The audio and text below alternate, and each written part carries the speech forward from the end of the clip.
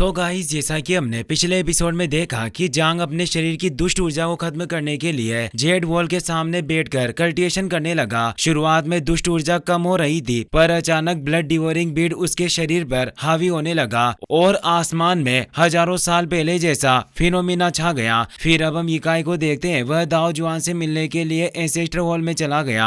आसपास की शांति देखकर इकाई काफी हैरान होता है। उसे समझ नहीं आ रहा था कि आखिर ऐसी क्या जरूरी बात थी जो ग्रैंड मास्टर ने उसे एंसेस्टर हॉल में बुला लिया। वह मन ही मन सोचने लगा, आखिर एंसेस्टर हॉल में इतनी ज्यादा शांति कैसे है और यहाँ नजर रख रहे स्टूडेंट्स कहाँ चले गए। अचानक हॉल के अंदर से जोरदार एनर्जी निकल कर आई, जिससे इकाई को समझ में आ गया कि दाओ जुआन हॉल के अंदर है। वह उन्हें इज्जत देकर पूछने लगा, आखिर ऐसी क्या जरूरी बात थी जिसके लिए आपने मुझे अकेले आने के लिए कहा? क्या आप मुझसे कोई खास काम करवाना चाहते हैं? दाओ जुआन बोले, अब मेरी इतनी हैसियत कहाँ कि मैं तुमसे कोई काम करवा सकूं। मैं यकीन से कह सकता हूं कि जब बिस्ट गॉड अपने सबसे ताकतवर हमले के बाद भी मुझे नहीं मार सका तो तुम्हें बहुत दुख हुआ होगा। ये काय घुटनों पर बैठकर कहता है, आखिर आप ऐसा क्यों बोल रहे हैं? मैंने कभी अपने सपनों में भी आपके बारे में कुछ गलत नहीं सोचा, तो आखिर मैं आपके मरने के बारे में कैसे सोच सकता हूँ? दाओ जुआन कहते हैं, बिस्ट गॉड ने मुझे बहुत दूर से घायल कर दिया है और अब मैं सिर्फ कुछ दिनों का मेहमान हूँ, पर मुझे समझ नहीं आ रहा कि मैं वैसे भी सेक्ट लीडर की पोजीशन तुम्हें देने वाला था, तो आखिर तुमने मेरे मरने के बारे में क्यों सोचा?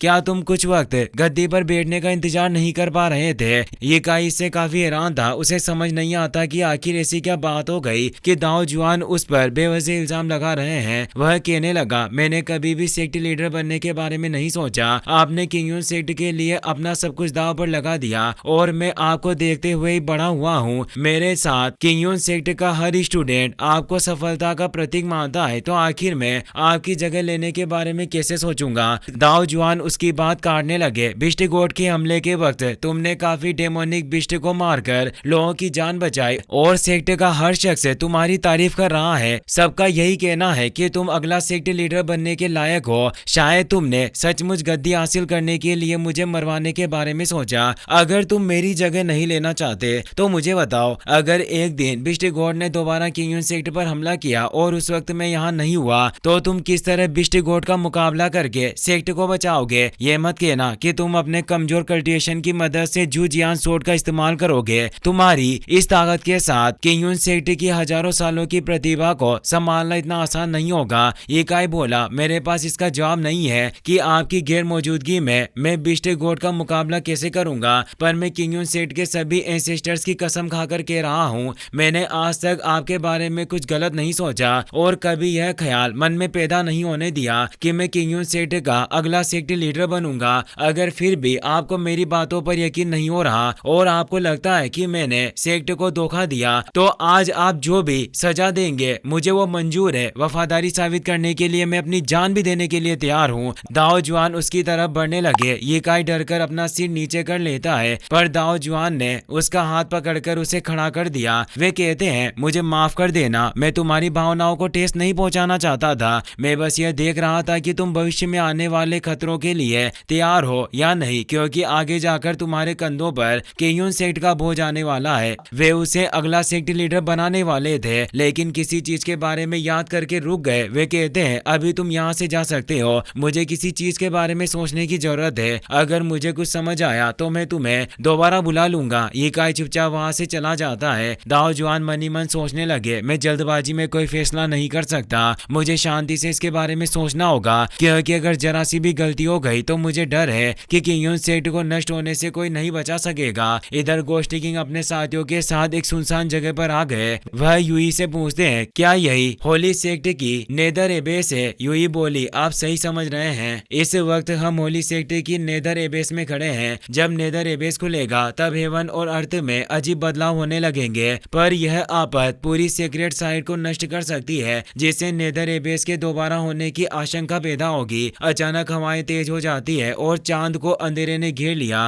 गोस्ट मास्टर कहता है, अभी यहाँ जो कुछ भी हो रहा है यह सब फेनोमिना कैंडल ड्रैगन के आने का संकेत है। अगर मैं गलत नहीं हूँ तो ये रेत और हवा दूसरी दुनिया से आई है, जिससे साबित होता है कि रहस्यमयी तरीके से कहीं नेदर वर्ल्ड का दरवाजा खुल चुका है। गोस्ट किंग भी उसकी बातों से सहमत होते हैं और रेत को देखने लगे। गोस्ट मास्टर अपनी शक्ति का इस्तेमाल करके सीक्रेट साइट के ऊपर से धूल हटा देता है। वह बोला, अगर हम नेदर एबेस की पावर को यहाँ इकट्ठा करें तो फुलोंग कुलड्रोन के अंदर के दोनों स्पीड बीस्ट का इस्तेमाल करके कैंडल ड्रैगन का पता लगा सकते हैं। गोस्ट किंग इससे काफी खुश थे क्योंकि कैंडल ड्रैगन को कैद करने के बाद वह अपने असली मकसद को पूरा कर सकते थे। दूसरी तरफ डेमोनिक, बौद्धिज्म और ताओइज्म एनर्जी के बीच होड़ लगी हुई थी जिससे जांग को बहुत परेशानी हो रही थी। वह चाहकर भी अपने शरीर में मौजूद तीनों ऊर्जा को नियंत्रित नहीं कर पा रहा था। मास्टर पुहोंग को भी इस बात का एहसास हो गया था, पर वह चाहकर भी कुछ नहीं कर सकते थे क्योंकि इस वक्त जांग अपने अतीत और वर्तमान में फंसा हुआ था। अगर जबरदस्ती उसके काम में बाधा डाली गई तो जांग की जान खतरे में पड़ सकती थी। अचानक सफरिंग सी में बुद्धा अवतार पैदा हो जाता है और जायंट गोल्डन बुद्धा को एक्टिवेट कर लिया। ताओइस्ट में एनर्जी की वजह से वहां ताओइस्ट में अवतार भी पैदा हो चुका था।